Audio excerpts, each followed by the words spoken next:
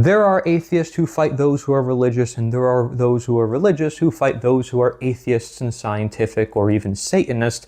But in reality, all these camps all worship the same thing, which is statism, that is, government.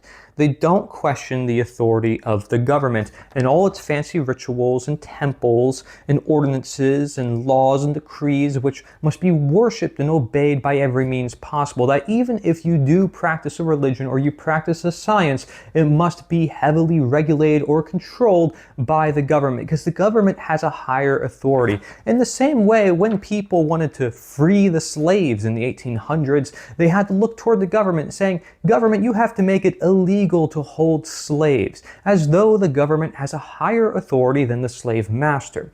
Well, in my works, I talk about how the government is the ultimate slave master. It is also ultimately the religion of man. That is man worshiping man. That is man not worshiping God, nature, or truth, but some man and his ideas as truth itself. Science is supposed to be our aim, our quest for truth, in the same way I would say religion should be, and that these fields can actually work together.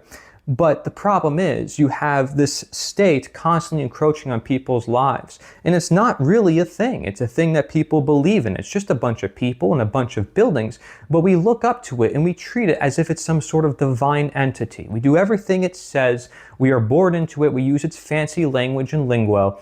And we have it written down on fancy pieces of paper with certain monuments that people go and travel to. Oh my gosh, amazing. Abraham Lincoln sitting down on his throne. This is religious worship, and it is one that never gets addressed because people are afraid.